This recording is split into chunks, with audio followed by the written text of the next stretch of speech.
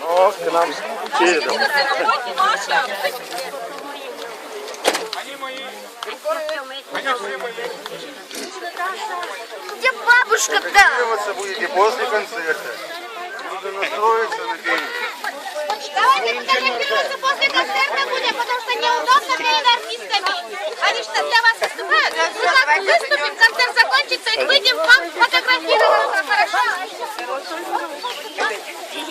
А дайте посмотрим, сколько сыграли. После концерта фотографироваться со всеми. А сейчас фотографироваться